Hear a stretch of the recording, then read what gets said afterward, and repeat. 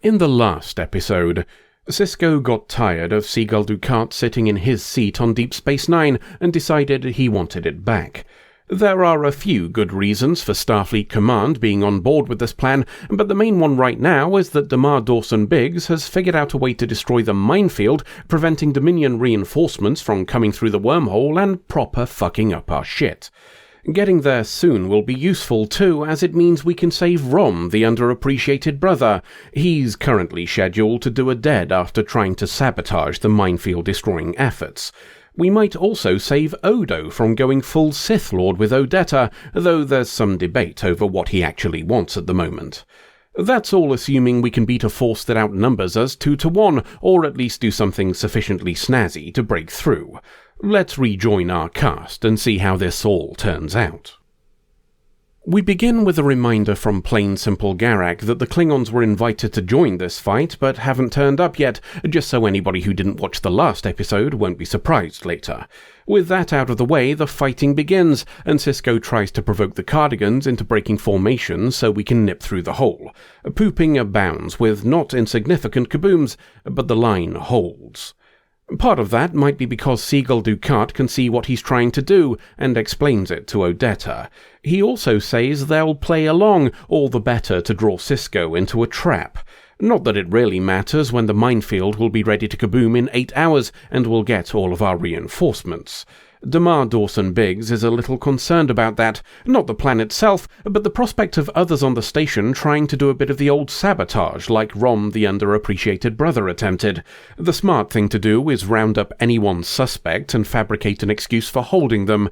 A suggestion that Ziyal should be confined as well is flatly refused by Seagull Dukat, and with no small amount of anger. She's his daughter, after all. Down in Quark's, the Bajoran Resistance Episode 2, Attack of the Clones, is planning some sabotage. They need something significant to stop the minefield being destroyed, so Kira suggests shutting down the whole station by kabooming the computer. Quark says that's too well guarded and leaves, so he's not around when Damar Dawson Biggs turns up with some mates and invites Kira, Jake and Lita to join him for some questioning. With them safely locked up, we pop back to Ops, where Seagull Dukat has decided to give Sisko the hole in their defences that he's been trying to make. Sisko's no fool, and neither is Dax. She can see the ships Seagull Dukat plans to ambush us with on the way through the convenient gap, but it's likely the only chance we'll get, so we're taking it anyway. With some of our ships sent to deflect the ambush, the rest of us leg it towards the hole and try to break through. Seagull Dukat is already celebrating his victory, despite Fifth Uncle Wayun the Creepy trying to bring him back to reality. Even if he's right, subduing the Federation in the long term is a far more labour-intensive proposition than merely kabooming their fleets.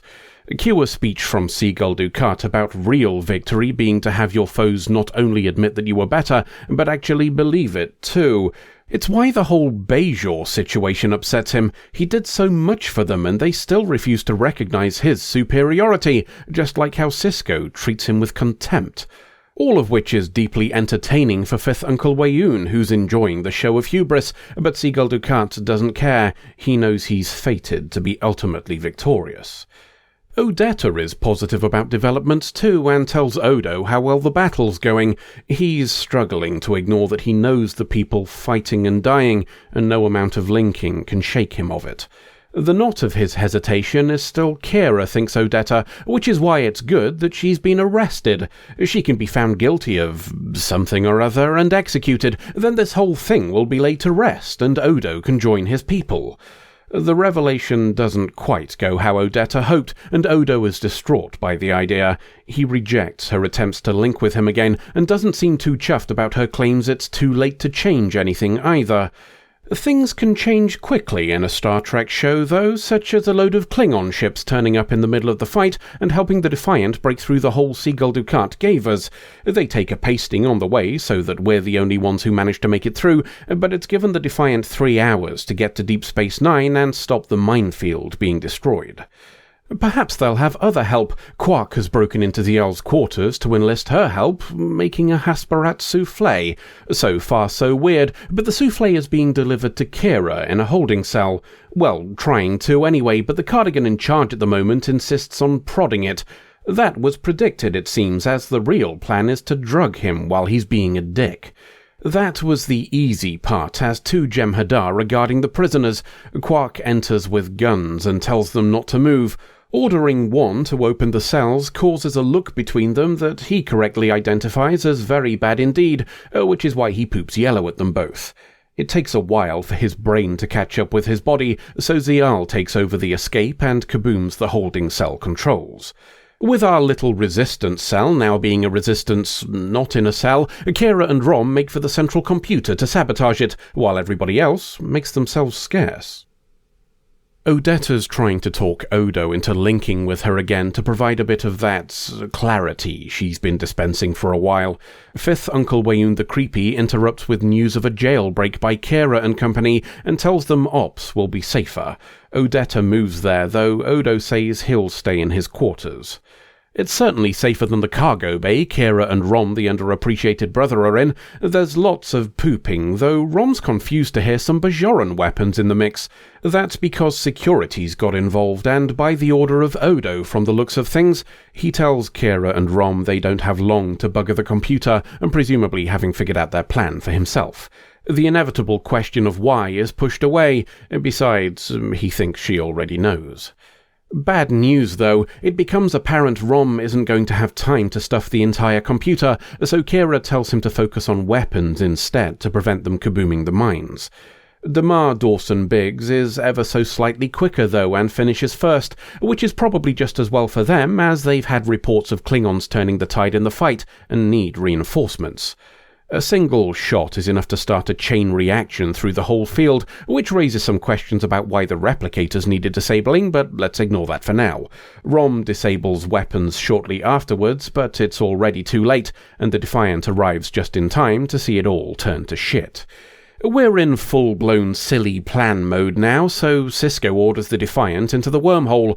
Fighting a few thousand ships in a wibbly tube might be easier than open space, if nothing else.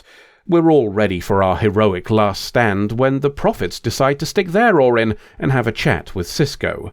They think he's making an error by throwing away his life, one they refuse to allow. He argues against their interference, then decides if they're going to do it anyway, they might as well be useful. All of their talk about not getting involved in matters of physical beings doesn't hold water. They've cocked about with the Bajorans loads of times, so many that they're now considered gods, so they might as well step up and do the job right. They seem to agree, but on the condition that they make it a monkey's paw situation. The life he seeks on Bajor will be the price, and he spat back into reality while asking what that means. The Dominion ships are still incoming, so we get ready to fight.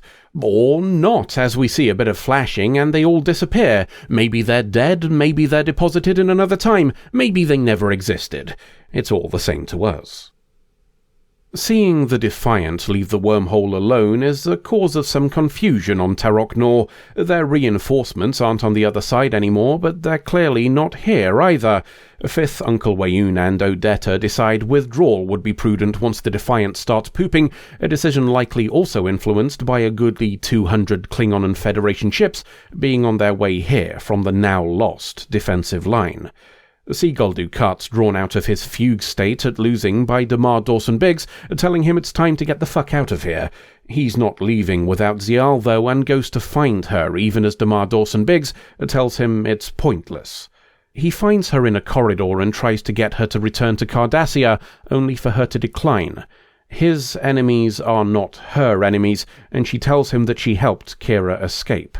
She belongs here, and bids him farewell. Then Damar Dawson Biggs shoots her. After all, Zial is a terrorist. Terrorists get executed. That's how you prevent terrorism. Seagull Dukat goes to her and snarls at Damar Dawson Biggs when he tries to make him leave, so the latter scarpers without him as Zial carks it. There are reunions on the promenade as the Defiant's crew enter the station and everybody catches up. Plain simple Garak can't find the person he's looking for, not until he checks the morgue anyway. Seagull Dukat is thoroughly broken now, in a fantasy where he's telling Zial what their lives will be like back on Cardassia. Odo helps him out of his cell, not unkindly, on the way to see Bashir. Seagull Dukat tells Sisko he forgives him as he passes and returns his baseball, so we'll leave Sisko to consider what he's regained and at what cost. Until the next adventure.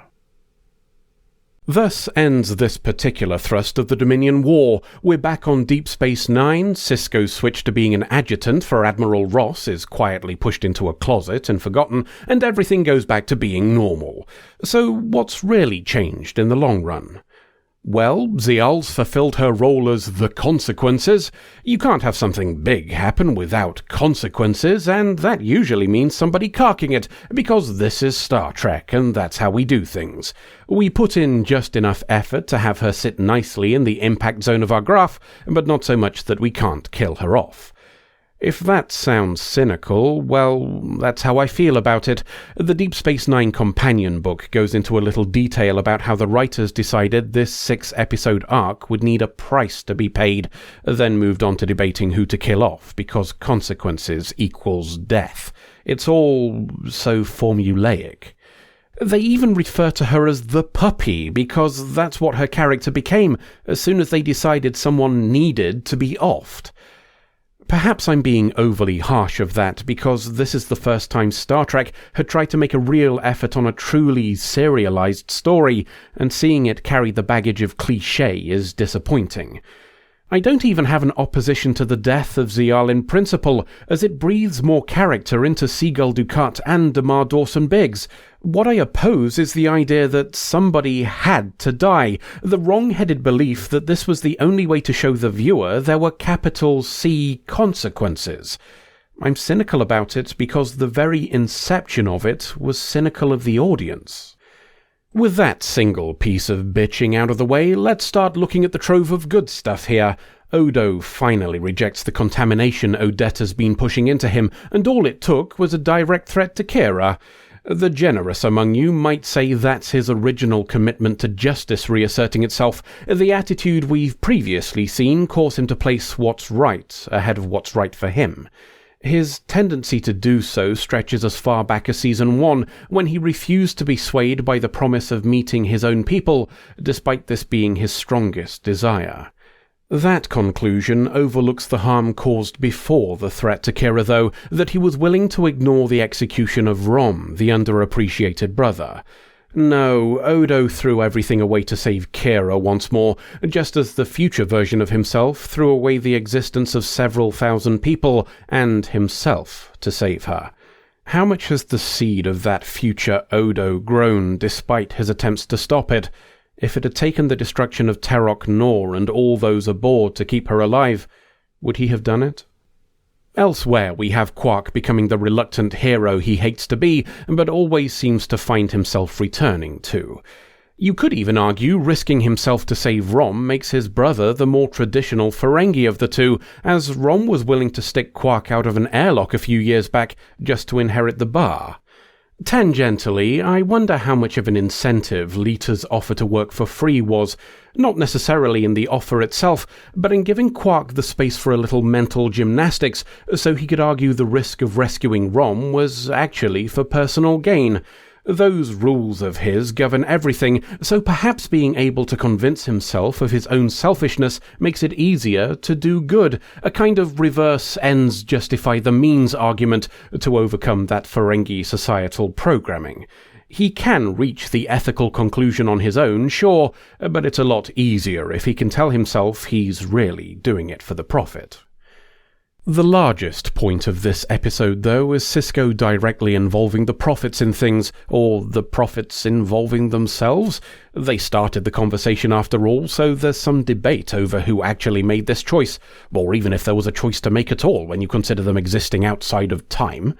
Anywho, some people seem to consider this turn of events a Deus Ex Machina situation, which seems more than a little unfair when we met the Deus themselves all the way back in the pilot episode. This plot point did not come out of nowhere. We've been dealing with how Sisko, Bajor, and the Prophets fit together for 5 years now, so involving them in the conclusion of this is not only acceptable, but entirely reasonable. They're already involved, in fact, due to Sisko's visions about Bajor not joining the Federation. Getting the Prophets stuck in here isn't a cop-out, it's in keeping with the established plot. It's not even like the writers had no other way to solve the problem either. Just off the top of my head, the Defiant gets there earlier and slips a fake message to the waiting fleet, so they arrive while the mines were still active. Kaboom, problem solved. There were other ways to clear this up, so the choice was a conscious one rather than a fudge. I'm all for hearing criticism, as anybody who's been here before will know. Hell, I started this analysis with some. But complaining about sudden gods in the machine when the entire series opened with introducing us to those gods does rather feel like missing the point. We'll finish this one by revisiting the topic of the start, shall we? I might believe the choice to kill Ziyal off was cynical in origin, but that doesn't mean there's nothing to discuss on the topic. Her death is considered to be the cause of Seagull Dukat's mental break, but I'd argue it's more that she was the final straw. Seagull Dukat was already erratic when the Defiant returned from the wormhole with no Dominion fleet in pursuit. Seeing everything turn to shit was enough to force him to the edge, and losing her was the final push. If you've been watching these for a while, you'll know that I believe Seagull Dukat doesn't love his daughter, at least in the sense we understand it. He loves that she has unconditional love for him, the idea that no matter what, there will always be someone who accepts him as the fulcrum around which their world revolves. That makes Ziyal the most important person in the universe to him, but only as a mirror to see himself. Ziyal is a believer, and Seagull Dukat does so love being worshipped. Continuing that thought then, Seagull Dukat doesn't break because she's died. He breaks because, on top of him comprehensively having his ass handed to him at his moment of ultimate triumph, the universe has also taken away his own personal cheerleader. With Ziyal there, he could entertain the fantasy that his misfortune was for the purpose of having her witness his rebirth.